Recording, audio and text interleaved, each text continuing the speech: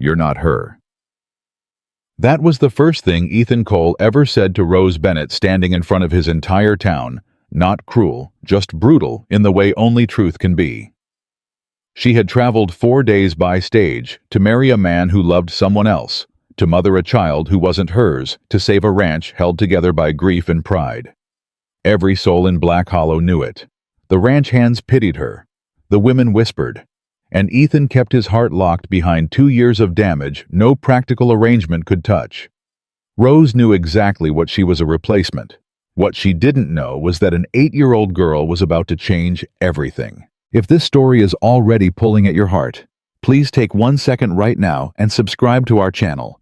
Hit that notification bell so you never miss a story like this one. And drop a comment below telling us what city you're watching from. I want to see how far this story travels. Now let's go back to Black Hollow, Wyoming, and find out what really happened the night everything changed. The letter had arrived on a Tuesday morning plain and without ceremony, the way most life-altering things tend to arrive. Rose Bennett had read it standing at the window of her rented room above the schoolhouse in Caldwell, Nebraska, still wearing her teaching apron, chalk dust on her fingers.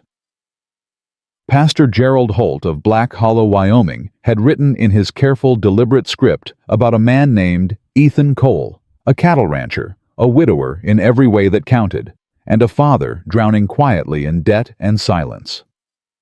The pastor wrote that Ethan was a good man, an honest man, a man who simply needed a practical arrangement with someone equally practical.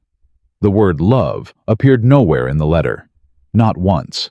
Rose had read it 3 times before folding it into her apron pocket. Then she had walked to her small blackboard, erased the day's arithmetic lesson, and stood there staring at the blank slate for a long while. She was 31 years old. She had no land, no family left to speak of, a savings account that covered 3 months of modest living, no more, and a growing understanding that the life she'd planned for herself, the husband, the children, the home that smelled like coffee and firewood, was not arriving on any schedule she could predict or control. She wasn't desperate, that's what she told herself. She was simply realistic.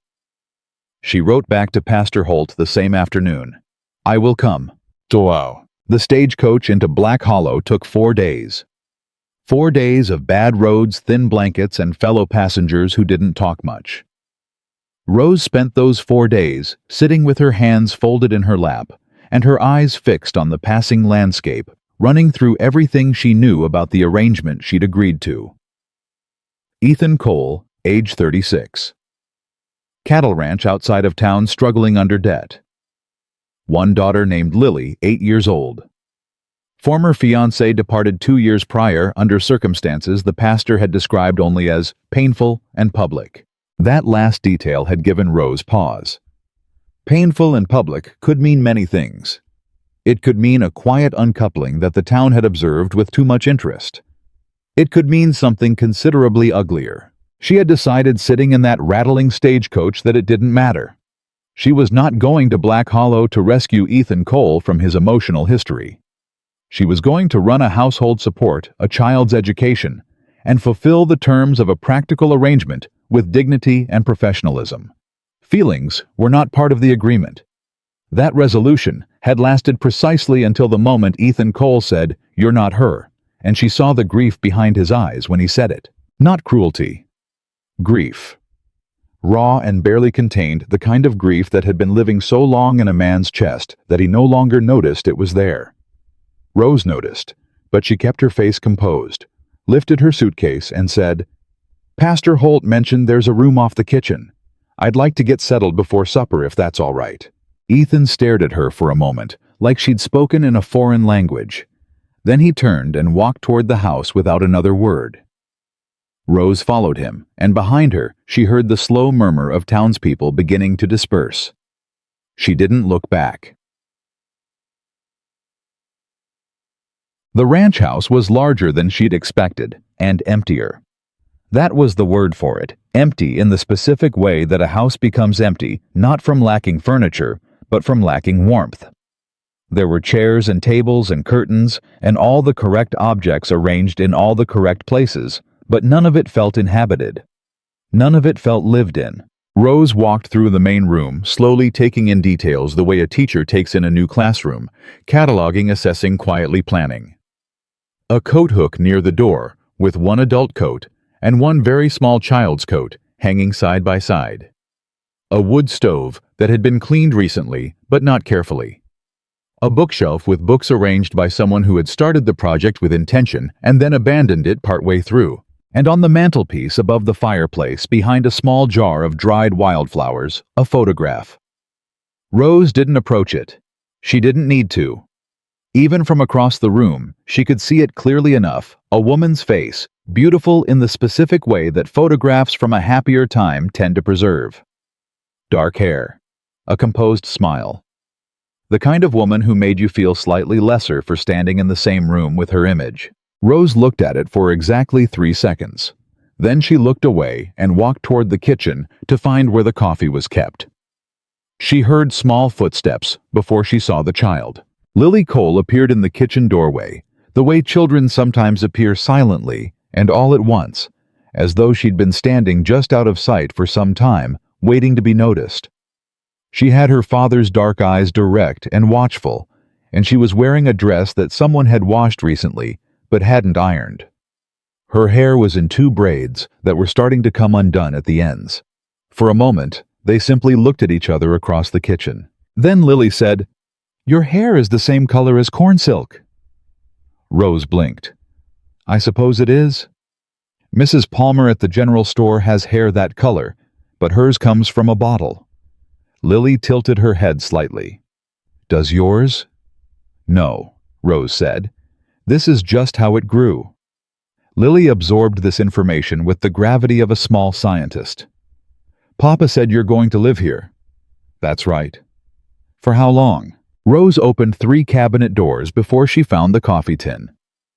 "That depends on a lot of things." "Do you know how to make biscuits?" "I do." "Good," Lily said. "Papa burns them. He says he doesn't, but he does." She paused.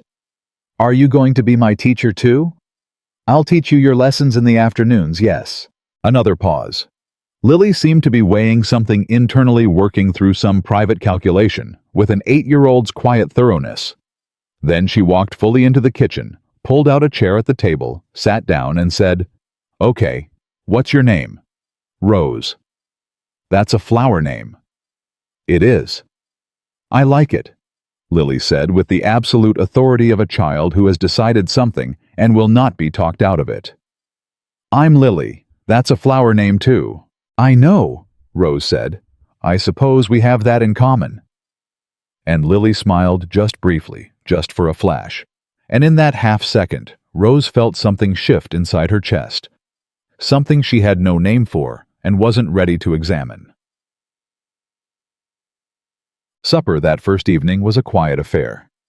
Ethan came in from the barn without much preamble, washed at the basin, sat at the head of the table, and looked at the food Rose had prepared with an expression that gave away nothing at all.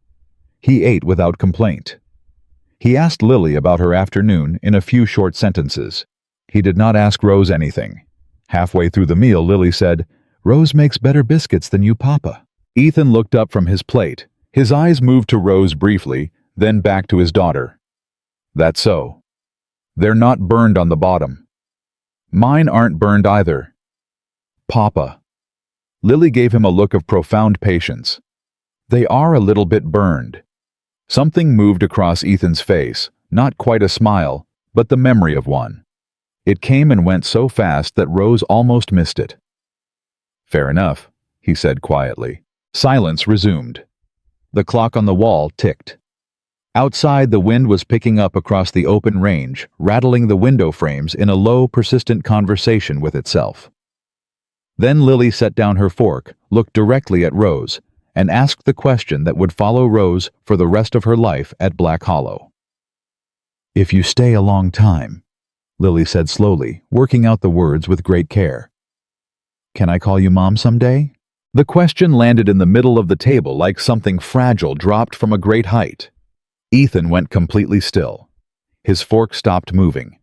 The line of his jaw tightened. Rose felt the air in the room change the way air changes before a storm. A subtle pressure drop, a held breath. Rose looked at the little girl, at those dark, serious eyes, at the two braids coming undone at the ends, at the dress someone had washed but not ironed. She felt the word form in her throat and stopped there, because the honest answer was complicated in ways that an 8-year-old deserved to be protected from. "Let's take things one day at a time," Rose said gently. "Is that all right?" Lily considered this. "Okay," she said, "but I'm going to keep thinking about it." "That's your right," Rose said. Ethan didn't speak again for the rest of the meal. But when Rose glanced at him just once carefully, his hands were wrapped tight around his coffee cup, and he was staring at nothing, and there was something broken and human moving behind his eyes that he was working very hard to keep from the surface. She looked away before he could catch her watching. The trouble with Black Hollow was that it was exactly the kind of small town that runs on stories. Every community has one, the story that defines how people see themselves and how they see the strangers who wander in. Black Hollow's story, the one that had shaped the past 2 years of local conversation, was the story of Ethan Cole and Vanessa Hale. Rose learned it in pieces, the way you learn things in small towns, not from one source, but from many, in fragments and corrections and dramatic additions, until eventually the whole portrait assembles itself, whether you wanted it to or not. She heard the first fragment from a woman named Clara Briggs, wife of the feed store owner who brought a welcome pie to the ranch on Rose's second day, and stayed for 45 minutes talking with the speed and precision of someone who had been waiting for a suitable audience. "She was the most beautiful woman this county ever produced," Clara said, cutting the pie with a confidence that suggested she had made many important assessments in many kitchens. "Vanessa Hale. Her father owns half the land between here and the territorial border. She and Ethan were engaged for 2 years. The wedding was set for the first Saturday in June." Clara paused to let that settle. "She left 6 days before." "Did she say why?" Rose asked, not because she particularly wanted to know, but because it seemed expected. "Ran off with the excuse that her father needed her for some business situation in Denver."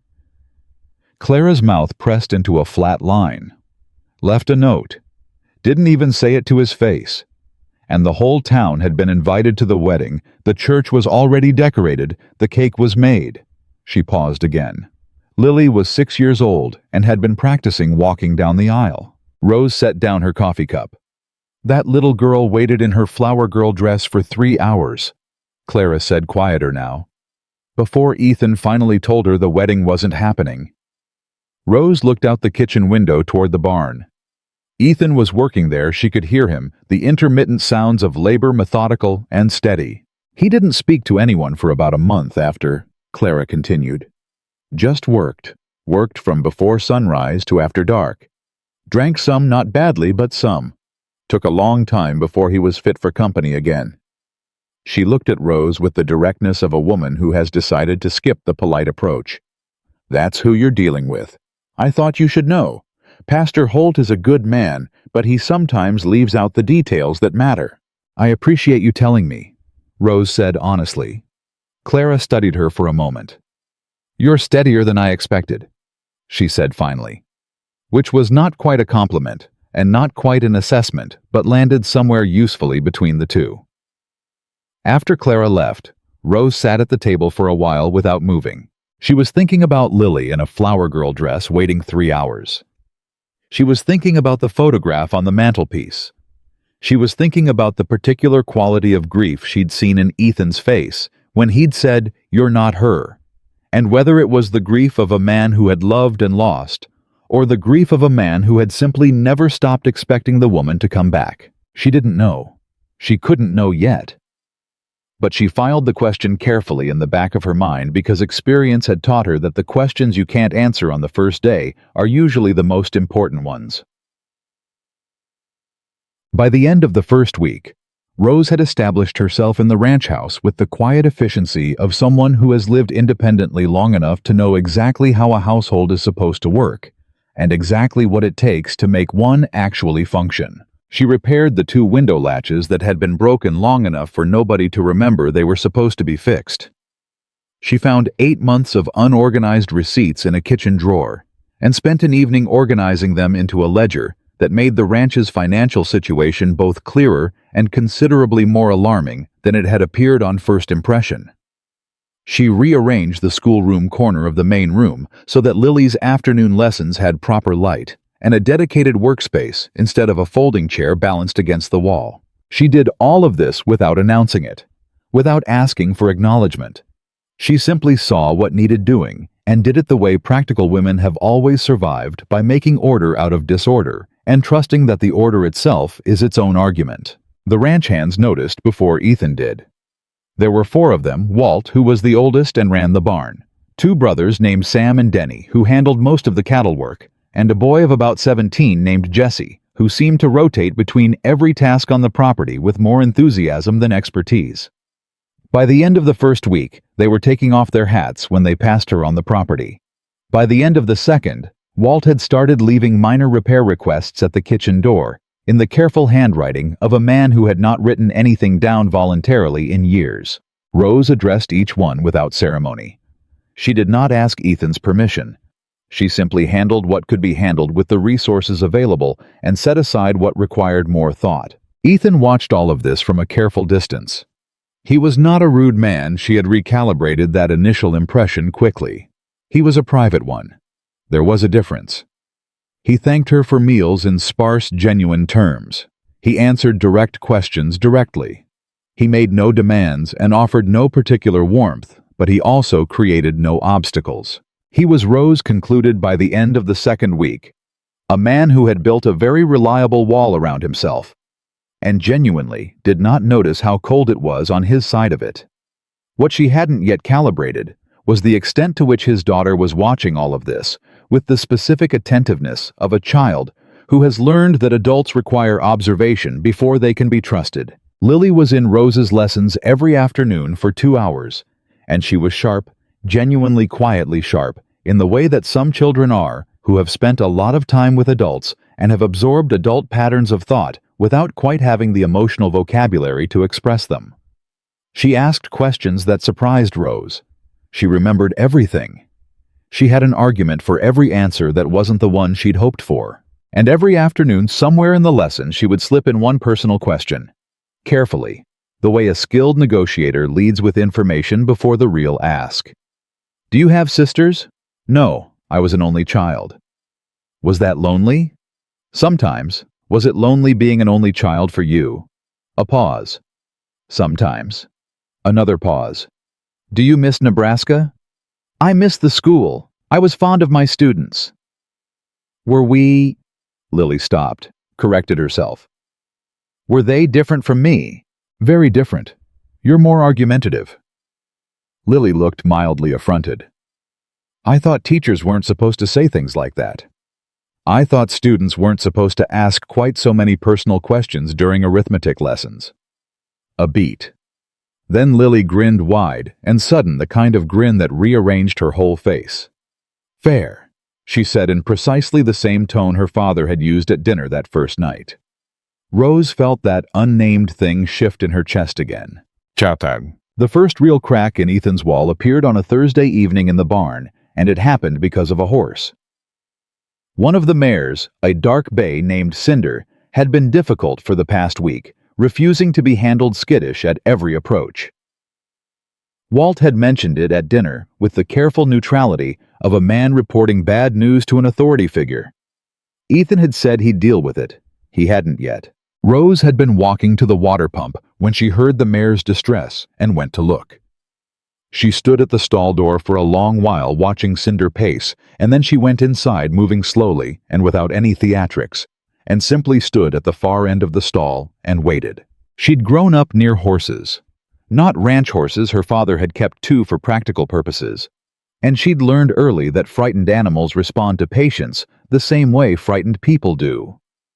You can't force calm. You can only offer it and wait for it to be accepted. After about 15 minutes, Cinder stopped pacing and turned to look at her.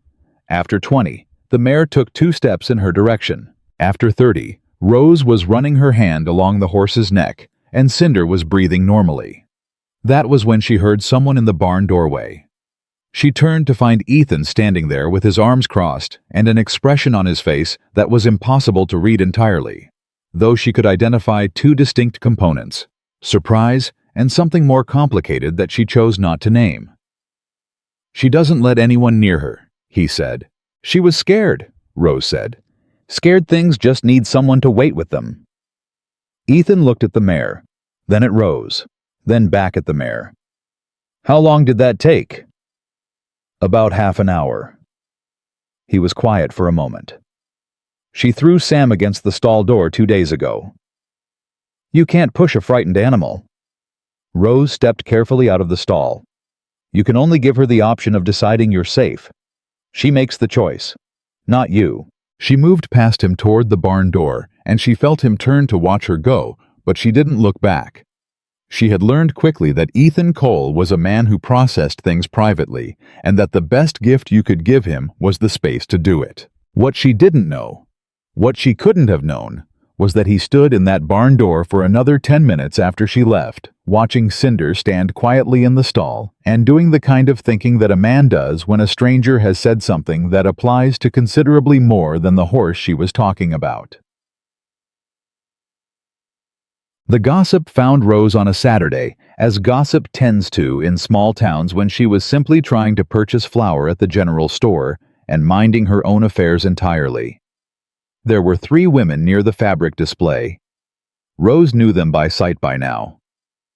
She could tell the moment she walked in that they had been in the middle of something, and that her arrival had caused a brief practiced pause in the conversation, the kind of pause that is its own communication. She took her flour. She waited at the counter. She was almost to the door when one of them, a woman named Harriet, whose husband ran the bank, and who seemed to consider this credential sufficient to comment freely on other people's lives, said just loud enough, "She's doing well for a replacement, I suppose." Rose stopped. She didn't turn around immediately. She let herself feel the comment fully, its edges, its intent, the way it was constructed to land, and then she turned. "I'd appreciate you saying whatever you have to say to my face," Rose said, calm, clear, without particular heat. Harriet looked moderately startled that this had been the response. "I only meant, I know what you meant," Rose said. "I know exactly what it looks like from where you're standing, and I know what people have been saying. I made my peace with that before I arrived." She looked at all 3 of them, steady and unhurried. "But I'd ask you to be careful about what Lily hears. Whatever you think of the arrangement, she's 8 years old, and she doesn't deserve to carry it." None of them said anything. Rose picked up her flour and left. She walked halfway back to the ranch before she let herself feel the full weight of it. Not the anger, which was manageable, but the ache underneath the anger. The ache of being defined by what you were not. Of arriving in a life that already had a shape cut for someone else and trying to figure out how to inhabit it with dignity. She stopped at the edge of the road and stood in the wind for a moment, eyes closed. "You're not her." She knew she wasn't. That was the one thing she had never needed to be told. That night, Rose couldn't sleep. She lay in the small room off the kitchen, her room which she had made neat and functional within the first 48 hours without anyone asking her to, and listened to the ranch settle around her. The wind in the eaves, the distant sound of cattle, the creaking of the house making its old wood noises. And then from down the hall, the sound that she had not been sure she'd heard the first night, but was now absolutely certain of, a child crying, not loudly, not dramatically.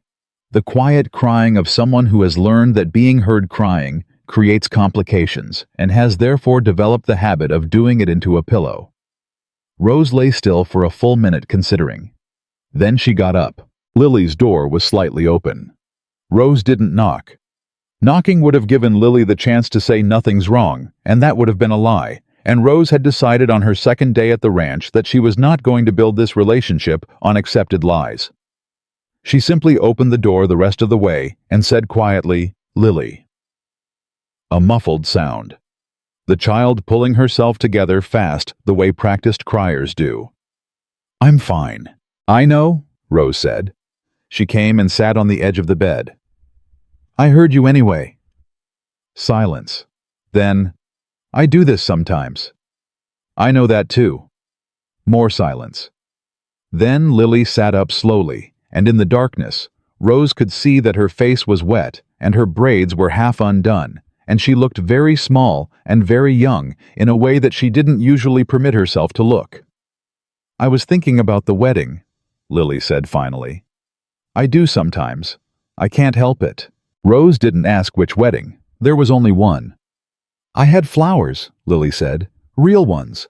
Papa picked them with me the morning before, and I practiced walking, and I knew exactly when to throw the petals, and I...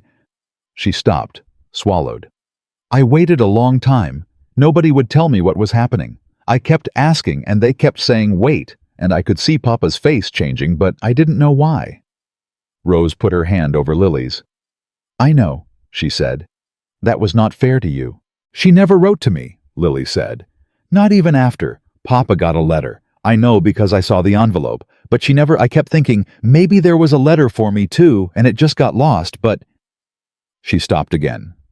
But it didn't get lost, Rose said. No. The word came out very quietly. I don't think it did. Rose sat with her in the dark and didn't say anything for a while. She just held the child's hand and let the silence be what it was. Not empty, not uncomfortable, but inhabited. After some time, Lily said, Rose, yes.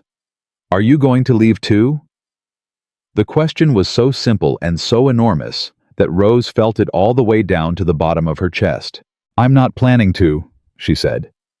She chose her words carefully because she was not a woman who made promises she hadn't fully examined.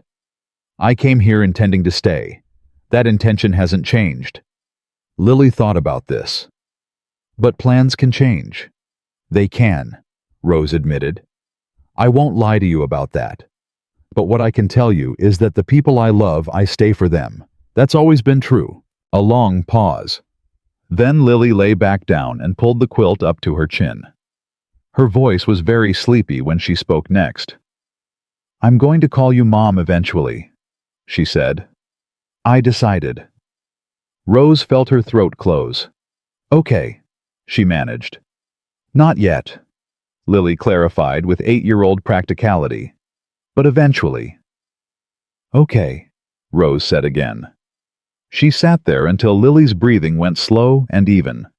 Then she carefully untangled her hand, rose from the bed, and walked back to the hallway, and stopped. Because Ethan was standing at the other end of the hall. He had clearly heard. She could see it in how still he was standing, and in the particular set of his face, something cracked open in it that he hadn't intended her to see, something raw that he was already in the process of locking away again. They looked at each other across the length of the hallway. Neither of them said anything. There was nothing to say. The conversation had already happened on the other side of that door, and they had both been present for it. Rose simply gave him a small, even nod. Then she went back to her room. She lay in the dark for a long time, staring at the ceiling, listening to the wind.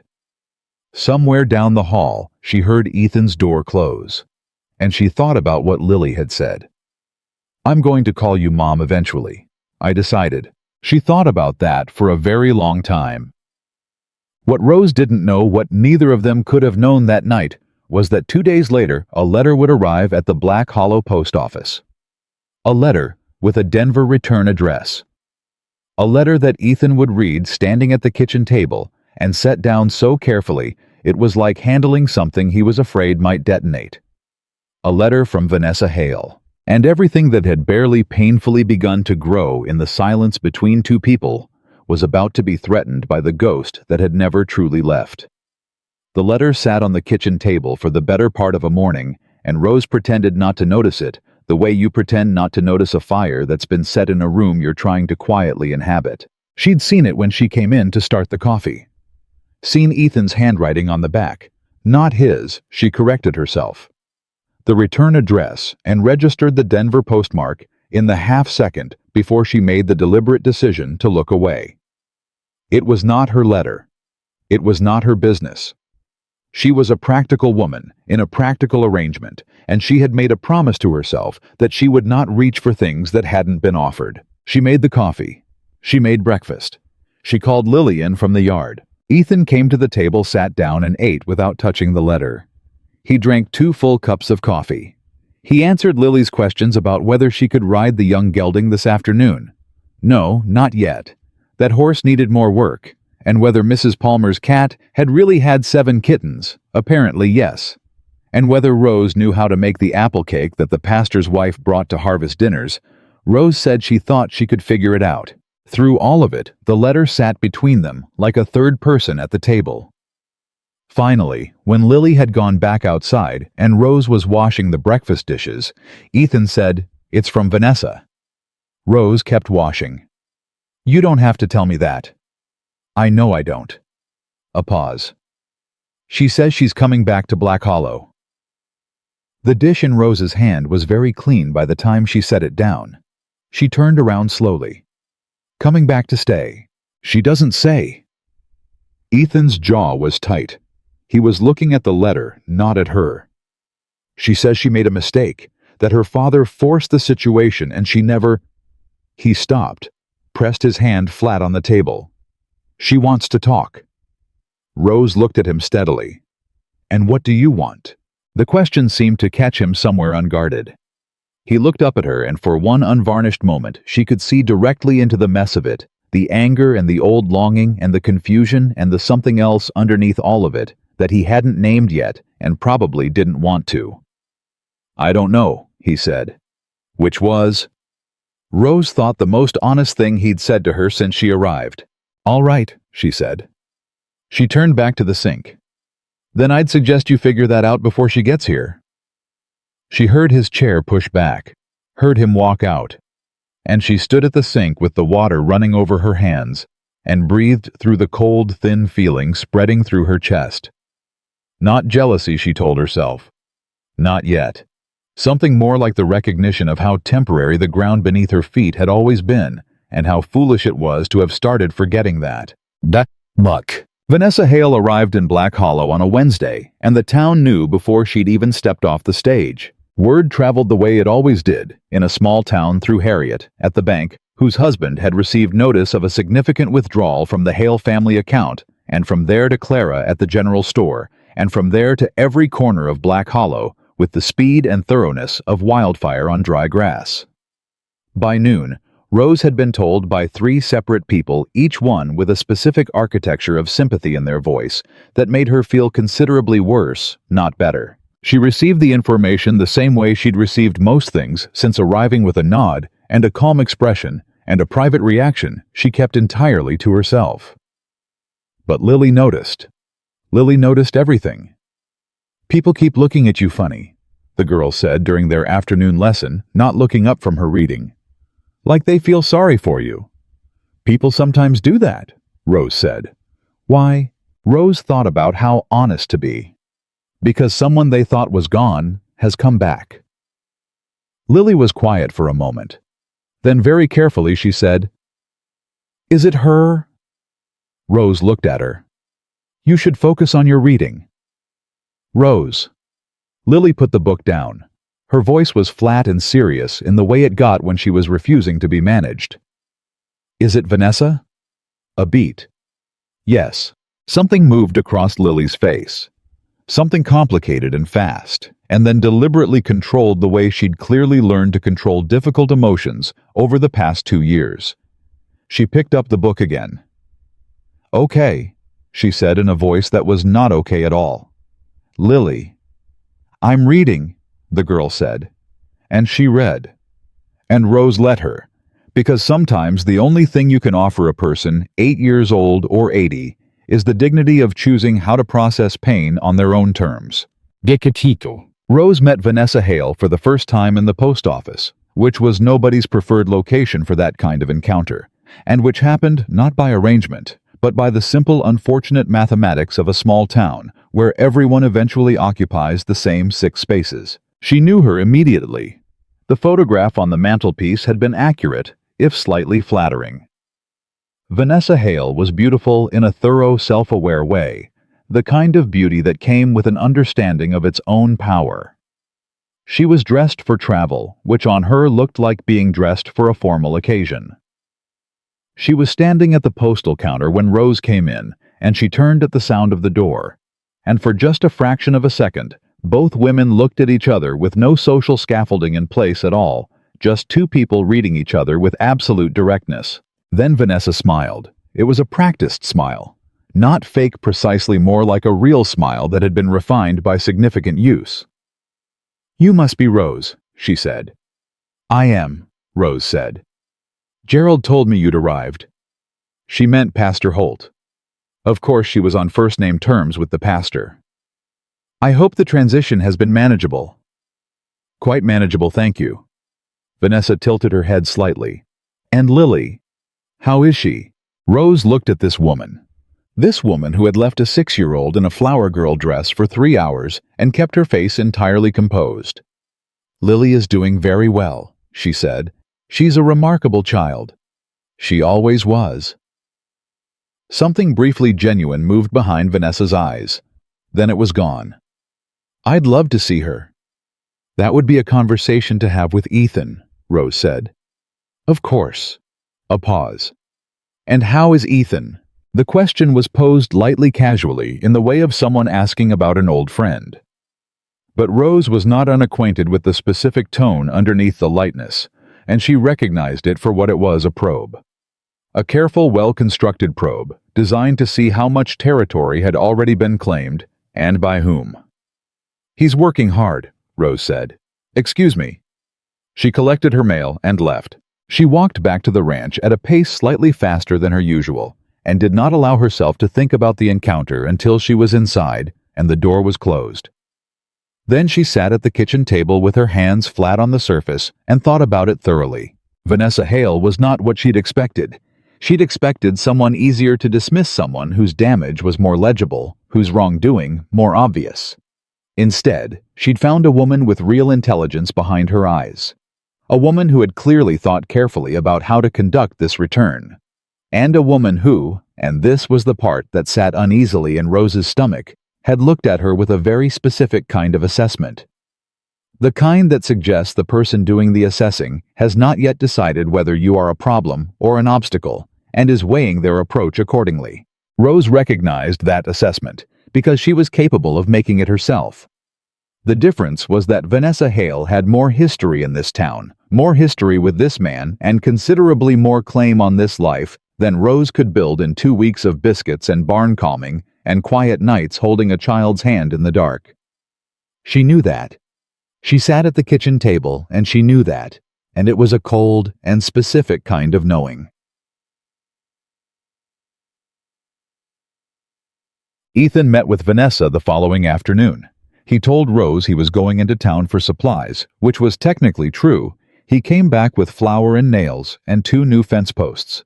But Walt mentioned at dinner, with the careful indirection of a man who thought the information was important, but wasn't sure he was supposed to have it, that he'd seen the boss's horse tied outside the hotel for the better part of 2 hours. Rose said, "Thank you, Walt," and passed the potatoes. Lily looked at her across the table with the eyes of a child who had understood considerably more than anyone had said out loud. That night, after Lily was in bed, Rose sat in the main room with her ledger open, but not working on it, and listened to Ethan come in from the barn. He stopped in the doorway of the main room. She could feel him standing there, that specific quality of a large, quiet man who has something to say and hasn't worked out how to start. "I saw Vanessa today," he said finally. "I know." She kept her eyes on the ledger. "How was it?" A long pause. "Strange," he said. "Like talking to someone you used to know well, and then discovering the language between you has changed." Rose looked up at that. It was more reflective than she'd expected from him, more precise. He was looking at this fireplace, at the photograph on the mantelpiece. He'd never moved it, not in the 2 weeks since Rose arrived, and she'd made a point of never mentioning it. "She says she's been trying to find the right moment to come back for a year," he said. "Is that so?" "Says her father controlled more of her decisions than I knew." He paused. "Said she was sorry." "And what did you say?" Another pause, longer this time. "I said I needed to think." Rose nodded slowly. "That seems reasonable." He finally turned and looked at her directly. "Rose, you don't owe me an explanation," she said. And she meant it. She genuinely meant it. And she needed him to understand that she meant it, because the alternative was him feeling responsible for managing her feelings, and that was not a dynamic she was willing to create. I knew coming in what this arrangement was. I've never been confused about that. He looked at her for a long moment, something working behind his eyes that she couldn't fully read. "You're the most straightforward person I've ever met," he said finally. It didn't sound entirely like a compliment, and it didn't sound entirely not like one. "I try to be," Rose said. She looked back at the ledger. "Good night, Ethan." He stood there another few seconds. Then he said, "Good night, Rose," and went down the hall. She sat in the quiet for a long time after his door closed. The clock ticked. The fire burned low. And she sat with the full weight of what she'd just said. I've never been confused about that, and acknowledged privately, in the darkest, honest corner of herself, that it was no longer entirely true. The next 2 weeks were the most difficult Rose had endured since arriving, and they were difficult for a reason she hadn't anticipated, not because of anything Vanessa did overtly, but because of what the woman's presence did to the atmosphere of the entire ranch, and specifically to Ethan. He was distracted. Not absent, he still did his work, still showed up for meals, still answered Lily's questions with the same spare patience. But there was a quality of being somewhere else behind his eyes, a frequency he was tuned to that Rose couldn't access, and she understood without being told that he was working through something internal that had nothing to do with her, and everything to do with 2 years of unresolved history suddenly walking back into his town in a well-cut traveling dress. Lily noticed. Lily noticed her father, the way children notice changes in weather, not always able to name what's shifted, but acutely aware that something has. "Papa forgot to check my arithmetic last night," she told Rose during their lesson, in the tone of someone reporting a significant irregularity. "He has things on his mind," Rose said. "Because of her, Lily. I'm just asking." She crossed her arms in a gesture so precisely like her father's that Rose nearly smiled in spite of everything. "I remember what she's like, when she was here before she made everything in the house feel like it was waiting for something to happen. I didn't like it. You were 6. I still remember it." She looked at Rose directly. "She used to talk about me like I was a piece of furniture she'd decided to keep." The bluntness of it, the perfectly captured truth of a child's clear-eyed assessment, hit Rose somewhere unguarded. That must have been hard to feel. "It was just true," Lily said with the matter-of-fact quality of someone who has long since moved from hurt into documentation. "I could always tell that she was here because of the ranch, and Papa, and the life she was going to have. Not because of me." She paused. "You're not like that." Rose kept her voice even. "How am I different?" Lily thought about it seriously the way she thought about everything. "When you look at me," she said finally, "you look at me, not at whatever I'm standing in front of." Rose set her pen down. She looked at this child, this sharp, wounded, resilient 8-year-old child, who had already learned to read adults with a precision that most people never developed, and she felt something in her chest that had no name. She was willing to give it yet. "Get back to your arithmetic," she said quietly. Lily smiled, just a small one, and picked up her pencil. Deo.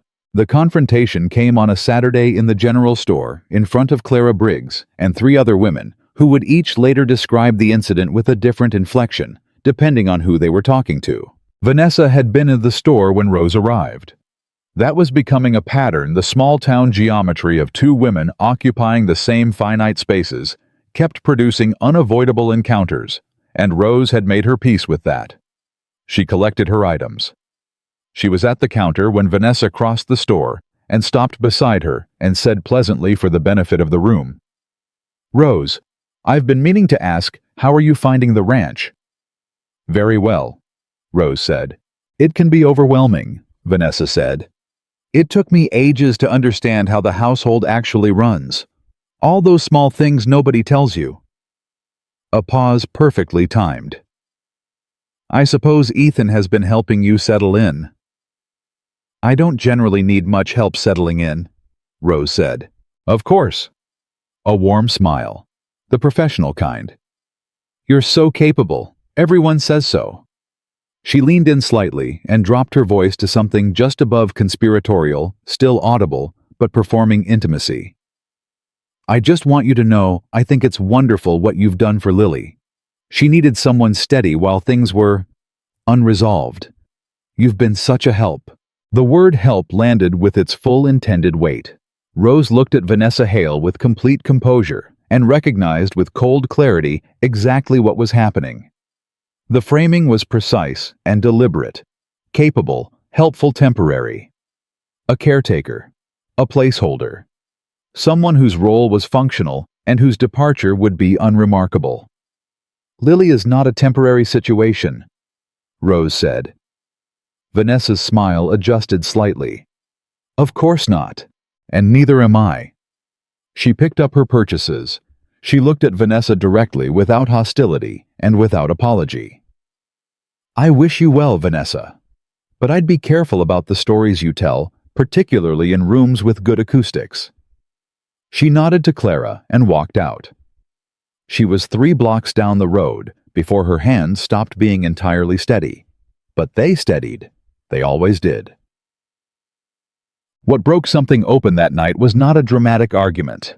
It was a quiet conversation between Ethan and a ranch hand through a wall that was thinner than either of them knew. Rose had come in from the water pump late, taking a different route through the side of the house than usual. She heard voices from inside. Ethan and Walt settled into the slow rhythm of men talking at the end of a long day. She wasn't trying to listen.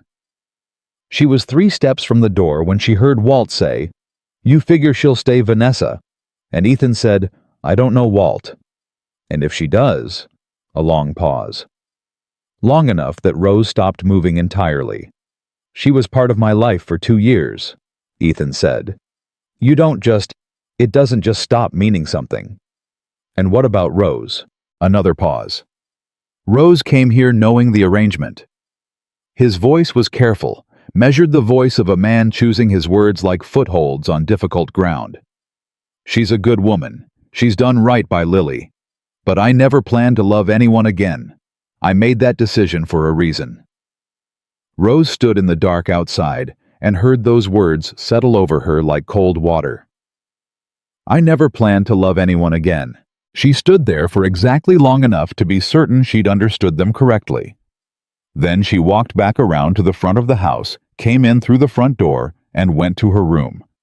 She sat on the edge of her bed in the dark and held herself very still. She was not going to cry. She was not built for that kind of response, and she knew it. What she felt instead was something quieter and more thorough, a slow total rearrangement of every assumption she hadn't known she'd been making, about what she was building here, about what was being built in return. I never planned to love anyone again. He hadn't said it cruelly.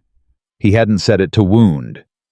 He'd said it the way he said most things, flatly, factually, and without apparent understanding of how far the words could travel.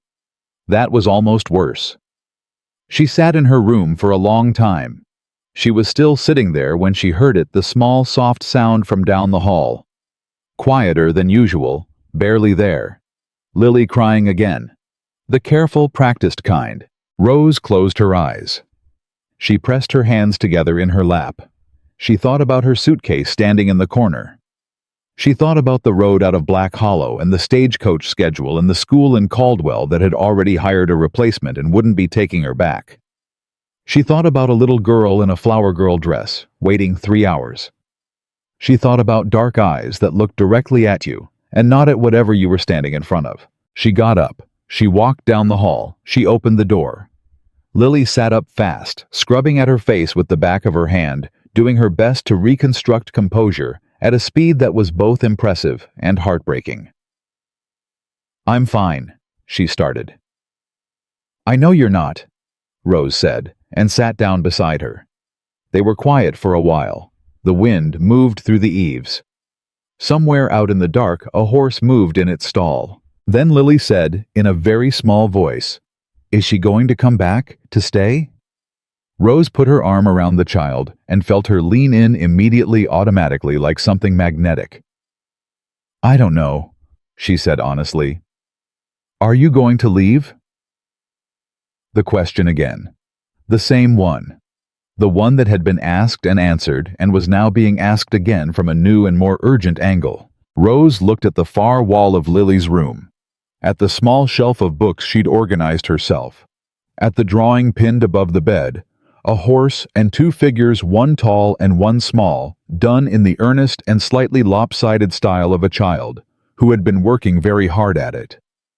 She looked at it for a long moment before she recognized the second figure was not tall and broad-shouldered. The second figure had corn silk hair. "No," Rose said.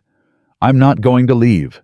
She felt Lily exhale a long, shaking breath, the kind that comes after you've been holding something frightened in your chest for hours. "Promise," Lily whispered. Rose looked at that drawing one more time, at the two figures standing together in front of a house that looked in the crooked and hopeful lines of a child's hand like a home. "Promise," she said. And she meant it with everything she had, and she was terrified of what it meant that she did. The promise Rose had made to Lily in the dark felt solid when she made it. It felt like something she could stand on. But promises made at midnight in the warmth of a child's room with a drawing of corn silk hair pinned above the bed, those promises get tested in daylight. In the hard, unforgiving light of a small town that has already decided who you are and what you're worth, they get tested until the seams show. Vanessa Hale had been in Black Hollow for 3 weeks when Rose first understood the full scope of what the woman was doing. It wasn't dramatic. It never is with truly skilled people. It was incremental, a word here, an expression there. A perfectly calibrated moment of apparent concern that left just enough doubt behind it to do real damage.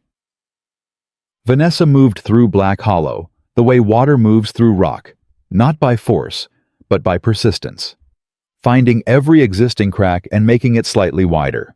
She told Eleanor Marsh at the church committee that she was worried about Lily, that the child seemed confused about the nature of the arrangement at the ranch, that it wasn't fair to let a little girl form attachments that weren't going to last. She told this to Eleanor in confidence, which meant it reached 12 people by Thursday and 20 by Friday. She told Henry Walsh at the bank that Ethan was under considerable emotional strain, and that she hoped whoever was managing the household was giving him the space he needed to make clear-headed decisions. She said this with the concern of someone who knew the man in question very well, which was true, and the implication landed without a word being directly stated. She told anyone who would listen in the soft and regretful tones of a woman who only wanted what was best for everyone involved that the marriage to Rose was a temporary measure, practical, understandable, nobody's fault, but that these things had a natural conclusion, and she hoped the transition would be handled gently for Lily's sake. Rose heard all of it through the same channels it traveled. Clara Walt Jesse, the ranch hand, who reported things with the wide-eyed earnestness of a 17-year-old who hadn't yet learned to distinguish between useful information and kindling.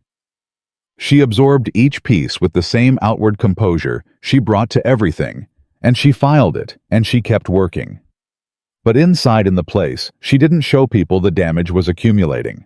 Because the worst part, the part that made Vanessa's campaign genuinely effective, rather than merely annoying, was that some of it was true. Ethan had started riding out to meet Vanessa twice a week.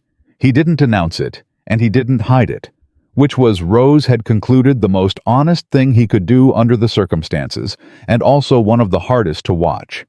He would come back quieter than usual.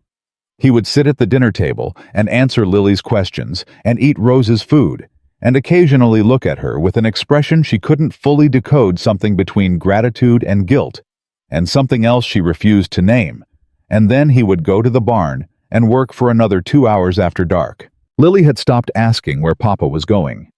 She'd asked once. Ethan had said he had business to attend to. Lily had nodded in the way she nodded at answers she'd decided not to trust, but also wasn't ready to challenge, and she'd gone back to her book. She hadn't asked again. But she'd started coming to find Rose at odd hours. In the middle of the afternoon when her lesson wasn't scheduled. After supper when Rose was cleaning up. Not asking for anything specific, just appearing, sitting nearby, existing in the same space. Rose recognized it. She'd done it herself as a child, tracking the adults she trusted to confirm they were still there. She said nothing about it. She simply made room. What she couldn't make room for, try as she did, was the Tuesday afternoon when she walked into the main room and found Ethan sitting at the table with the photograph from the mantelpiece in his hands. He didn't hear her come in. He was looking at it with an expression so unguarded, so completely undefended, that Rose felt she had walked into something private enough to be sacred, and she stopped in the doorway and didn't breathe. He set the photograph down after a moment. He put his elbows on the table and pressed the heels of his hands against his eyes. He sat like that for a long time. Rose backed out of the doorway without making a sound.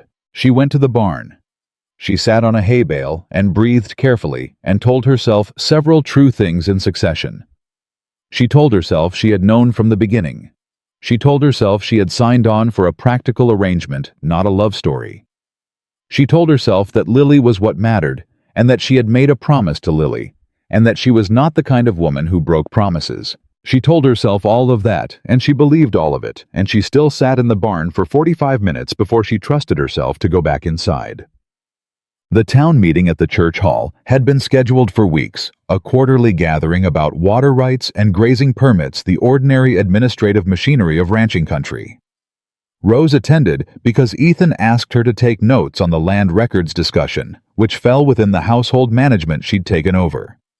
She sat near the back with her ledger and her pen, and she was focused entirely on the business at hand until Vanessa Hale took a seat 3 rows ahead of her, and the entire temperature of Rose's attention shifted. It was not what Vanessa said during the meeting. It was what she did afterward in the slow dispersal of people toward the door when she found Ethan near the front and touched his arm and said something in a low voice that Rose couldn't hear from across the room.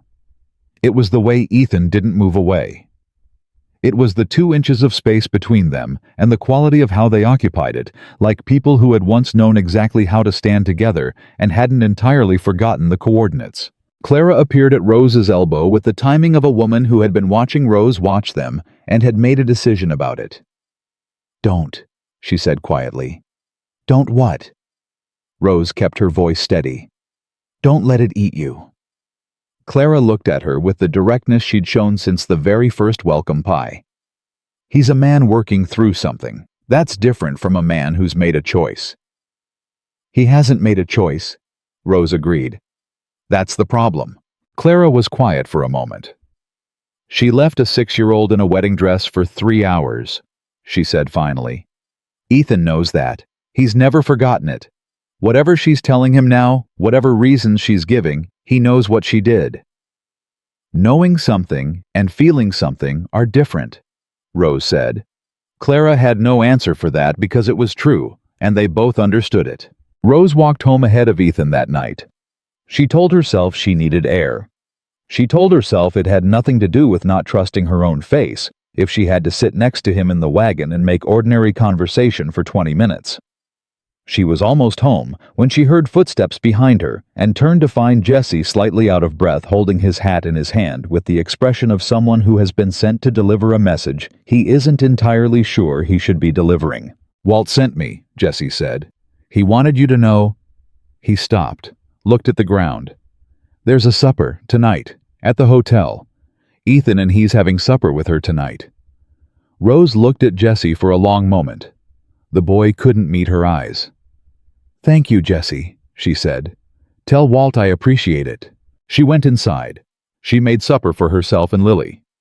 She read to Lily after and tucked her in and came back to the main room and sat at the kitchen table with her hands flat on the surface, not doing anything, just sitting. She was still sitting there when Ethan came in at 9:30. He stopped when he saw her. Something crossed his face. "Rose." "I'm not waiting up," she said. "I was just finishing some figures." She stood, collected her ledger, and looked at him with absolute composure. "Good night, Ethan." "Rose." Something urgent in his voice. "It isn't, I'm not—" "You don't owe me an account of your evening," she said. "We're both clear on what this is." She meant it as a release, meant it to give him room, meant it to demonstrate that she had no claim on him. She hadn't been given. But she saw the way he received it. saw him absorb the words and nod slowly, and she understood too late that what she'd meant as generosity had landed as confirmation of something he'd perhaps needed confirmed. She went to her room. She lay in the dark and stared at the ceiling. And for the first time since arriving in Black Hollow, she allowed herself to fully feel how alone she was.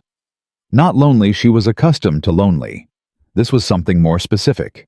This was the particular aloneness of a woman standing in the middle of a life that was almost hers, touching the walls of it, feeling its warmth, and knowing she might have no real claim to stay. The conversation happened the next day, and it happened because Vanessa Hale had decided that careful and incremental was no longer her preferred speed. Rose was in the side yard when Vanessa's buggy came down the ranch road. She watched it come, and she set down what she was doing, and she waited because she knew immediately, and with complete certainty, that this visit was for her. Vanessa stepped down without waiting for assistance and walked toward Rose with the purposeful calm of someone who has rehearsed the conversation and is fairly confident about the outcome. "I thought we should speak plainly," Vanessa said. "Woman to woman." "I'm listening," Rose said. "I know this situation has been difficult for you." Vanessa's voice was carefully kind. "You came here in good faith, and you've done everything right, and I understand that what's happening must feel unfair." "I haven't said anything is unfair," Rose said. "No." A slight pause. "You wouldn't, would you? You're very contained." She studied Rose with what appeared to be genuine curiosity. "I want you to know that I respect that. But I also think you're a smart enough woman to read what's happening without having it spelled out." "Why don't you spell it out anyway?" Rose said. "Since you drove all the way out here." Vanessa looked at her steadily. "Ethan still loves me. He hasn't said it yet because he's processing what happened between us, and because he's not the kind of man who says things before he's certain of them. But I know him. I know how he thinks.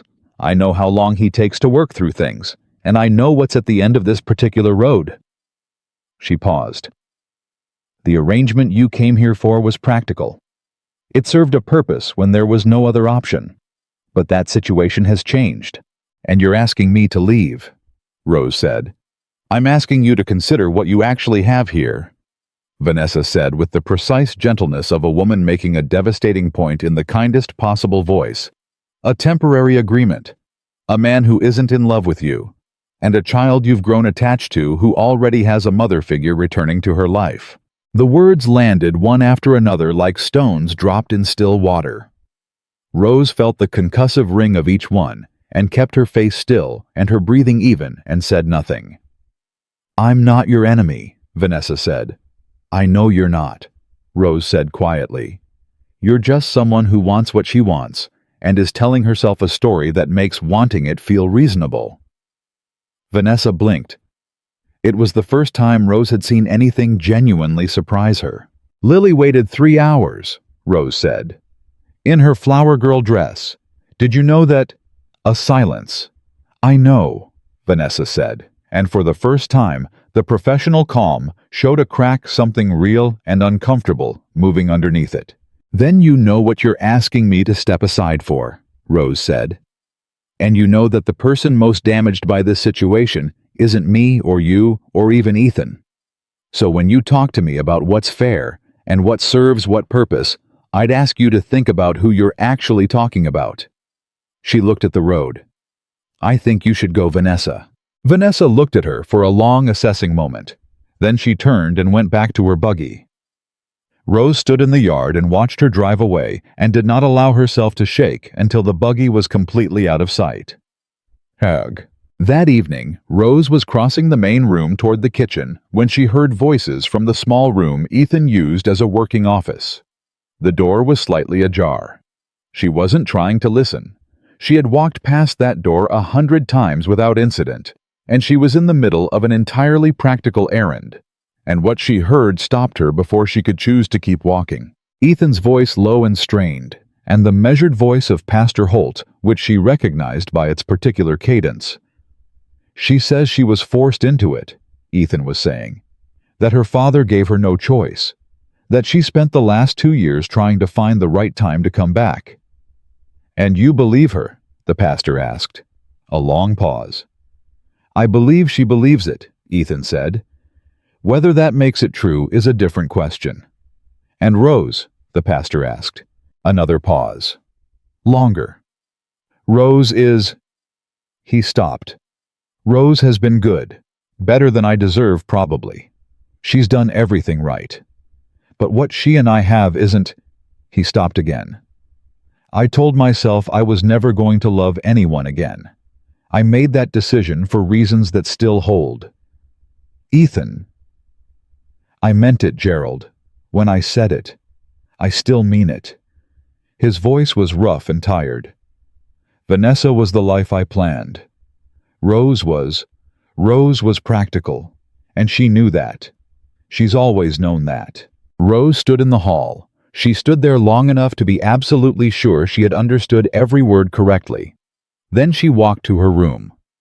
She closed the door. She sat on the bed.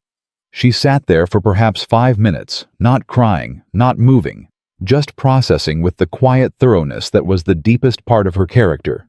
And then she got up, and she pulled her suitcase from the corner, and she began to pack. She was methodical about it. She didn't rush. She folded things carefully and placed them in order the way she'd folded, and placed them to come here. And she was 3/4 finished when she registered that her hands were not entirely steady. And she set the blouse she was holding down on the bed, and looked at her hands for a moment. Rose was practical, and she knew that. She's always known that. She picked the blouse back up and kept folding. She told herself this was right. She told herself she had always known this could happen, that it had in fact always been the most probable outcome, that she was doing the rational and dignified thing by leaving before she was asked to leave, before the decision was made for her, before Lily had to watch it happen. She told herself that leaving now was the kindest thing she could do for everyone involved. She told herself all of that, and she almost believed it. She was closing the suitcase latches when she heard the floorboard in the hall, the one 3 feet from her door, that creaked in a specific way she'd learned to recognize in the first week. It creaked under light feet. Child's feet. Rose went still. The floorboard again. Then silence. Then a small sound, the specific sound of a child pressing close to a door from the outside. Listening. Rose stood with her hands on the latches of her suitcase and closed her eyes. Then the door opened. Lily stood in the doorway in her nightgown, hair loose from its braids, eyes going immediately to the suitcase on the bed. She stood perfectly still. Her face did the thing it did when she was absorbing something painful. She went very quiet and very young and very controlled all at once, in the way of a child who has learned that falling apart doesn't help. "Where are you going?" she asked. Her voice was careful, flat. The way Ethan's voice went flat when he was trying to hold too much. "Lily," Rose started. "You promised," Lily said, still calm, still careful. "2 weeks ago, you promised." "I know I did." "So where are you going?" The calm was cracking now, and underneath it was not anger, but something far more devastating, a pure and simple terror. "You said you weren't going to leave. You said I could count on you. You said—" She stopped, swallowed hard. "You said you stay for the people you love." "Lily." "Don't," Lily said, and her voice broke on the word, not loudly, not dramatically, just a single clean fracture, right down the middle of it. "Please don't say it's complicated. I'm 8. I know complicated. I know that's what grown-ups say when they mean they're leaving, and they don't want to be the bad person for doing it." Rose put her hand over her mouth. She stood at the bed with her hand over her mouth, and she looked at this child who had already lost so much, who had already learned the specific lesson that the people who were supposed to stay didn't always stay, who had taken the risk of trusting again, and was now watching the evidence that risk had been wrong, and she felt something inside her not bend, but break. Cleanly. Completely. "You're doing the same thing," Lily whispered. "You're going to walk out that door, and I'm going to wait, and you're never going to come back. Just like—" She stopped herself, pressed her hand against her own mouth for a moment. Then she looked at Rose with her father's dark eyes direct and completely undefended, and she said, "Please don't leave me too." 4 words. Small words. The most ordinary words. Rose's legs didn't feel entirely reliable. She sat down on the edge of the bed. The suitcase was beside her, and she put both hands on it and gripped it hard, and she looked at Lily across the small room and felt something shift in her, not slowly, not gently, but entirely, like a house that has been standing at an angle for years and finally settles on its foundation. "Come here," she said. Lily crossed the room in 3 steps, and Rose caught her and pulled her in and held her, and Lily held back with both arms, the way children hold when they're afraid, completely without reservation, without any of the protective distance adults accumulate over years of practice. She held on, like holding on was the only strategy she had left. And Rose held her back just as completely. She sat on the edge of that bed with her packed suitcase beside her and a child's arms around her, and she thought about practical arrangements and temporary agreements and all the careful rational structures she'd built to protect herself from exactly this moment. She thought about Ethan's voice through the wall. Rose was practical, and she knew that. She thought, yes, she did know that. She had always known it. And she thought, but knowing something and surviving it are entirely different things. She held Lily until the shaking in the child's small body went still. She held her until Lily's breathing went slow. She held her longer than that, past all the practical calculations she'd spent 3 weeks trying to live inside. Then she looked at her suitcase. She looked at it for a long time, and slowly, without making an announcement of it, without any drama, she reached over and opened the latches and began to unpack. Lily felt it, felt the shift in Rose's posture, heard the soft sounds of folding. She lifted her head. "You're staying," she whispered. "For tonight," Rose said carefully. "One day at a time. That's what I told you." Lily looked at her for a long moment with those 2 old eyes. "But you're not leaving tonight." "No," Rose said. "I'm not leaving tonight." Lily pressed her face back against Rose's shoulder. Rose kept unpacking with one hand and held the child with the other. She didn't know what was coming. She didn't know what Ethan was going to decide, or what Vanessa was going to do, or how this was going to end. She didn't know any of it. But she knew this: when morning came, she would still be here. She had promised. And unlike some people who had passed through this house, Rose Bennett kept the promises she made. That would have to be enough. For tonight, it would have to be enough. What she didn't know, what she couldn't have known, sitting in that room in the dark with a child asleep against her shoulder, was that Ethan had heard Lily's footsteps in the hall. That he had come to look. That he had stood outside the slightly open door and seen everything. The suitcase, the unpacking. His daughter's arms around Rose's neck and Rose holding her like she was something irreplaceable. That he had stood there long enough to understand, with the devastating clarity of a man who has been seeing something for weeks and refusing to call it by its name, exactly what was standing in that room. And exactly what he had very nearly let walk out the door. She stayed through the night. She'd promised that much, and she kept it. But morning has a way of clarifying things that darkness softens. And when Rose woke before dawn and lay in the thin gray light, listening to the ranch come alive around her, the cattle moving, Walt crossing the yard, the particular creak of the floorboard outside Lily's room that meant the girl was still asleep, she understood with a cold and complete certainty what she had to do. She had unpacked because of Lily. She had stayed because of Lily. And she loved that child. She had stopped pretending otherwise, sometime around the 3rd week, when she'd realized that what she felt when she looked at Lily was not duty or responsibility or professional affection, but something older and more cellular than any of those words. She loved her the way you love things you didn't know you needed until you had them. But loving Lily was not enough of a reason to stay in a house where she would spend the rest of her days being practical. Where she would make the biscuits and teach the lessons and calm the frightened horses and hold the child through the dark nights, and Ethan would sit across from her at dinner and see through her to whatever he was still carrying for someone else. She was not built for that. She had more self-respect than that, and she had known it even when she'd been pretending otherwise. She got up quietly. She washed her face. She made the decision the way she made all real decisions, not impulsively, not dramatically, but with the full weight of clear-eyed honesty. Then she packed her suitcase for the second time, and this time she kept going. She left a letter on the kitchen table for Lily. She spent the most time on that letter. She chose every word with the care of a teacher who knows that the things you say to a child at a critical moment will live in them for years, for decades, possibly forever. She told Lily she was not leaving because of her. She told her that she was brave and sharp and worth every good thing the world had to offer.